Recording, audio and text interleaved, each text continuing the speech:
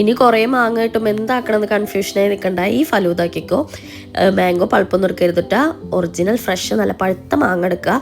എന്നിട്ട് കുറച്ച് കഷ്ണങ്ങളാക്കിയിട്ട് ഗ്ലാസ്സിലിടുക. പിന്നെ കുറച്ച് സേമിയം പാലിൽ കുറുക്കിയിട്ട് അത് ഇട്ടിട്ടുണ്ട്. ഞാൻ ഫലൂദ സേമിയ എടുത്തേക്കുന്നത്, നിങ്ങൾക്ക് ഏതായാലും എടുക്കാം. പിന്നെ നമ്മൾ ബേസിൽ സീഡ് മറ്റേ വെള്ളത്തിലിടുമ്പോൾ പൊങ്ങണ ഒരു സാധനം ഉണ്ടല്ലോ, പക്ഷെ അത് കിട്ടിയില്ല. അപ്പോൾ പിന്നെ ഞാൻ വിചാരിച്ചാൽ അതിൻ്റെ അപരനായ ഹെൽത്തി കുട്ടനായ ചിയാ സീഡിനിടാന്ന്. എന്നിട്ട് ഞാൻ ചിയാ സീഡ് ഇട്ടിട്ടുണ്ട്. പിന്നെ വാനില കസ്റ്റാർഡ് ഇട്ടേക്കുന്നു കേട്ടോ. അത് ഓപ്ഷണലാണ്, ഇട്ടാൽ ടേസ്റ്റ് ഉണ്ടാവും. പിന്നെ ഈ മാങ്ങ തന്നെ മിക്സിയിലൊന്ന് ഗിറുകിറാക്കിയിട്ട് അത് ഒഴിച്ചിട്ടുണ്ട്. പിന്നെ കുറച്ച് നട്ട്സ് ഇടുക. പിന്നെ ലാസ്റ്റ് സേമിയത്തിൽ കൂടെ ഈ മാങ്ങയുടെ ജ്യൂസിൻ്റെ ആക്കിയിട്ട് അത് ഒഴിച്ചിട്ടുണ്ട്. പിന്നെ ഐസ്ക്രീം ഇടുക. അടിപൊളിയാണ്, സൂപ്പർ ടേസ്റ്റാണ് കേട്ടോ. ഇനിയിപ്പോൾ കടയ്ക്കൊന്നും പോകേണ്ട, ഫലൂദയൊക്കെ ഇങ്ങനെ ഒന്ന് ആക്കി വയ്ക്കിയാൽ മതി.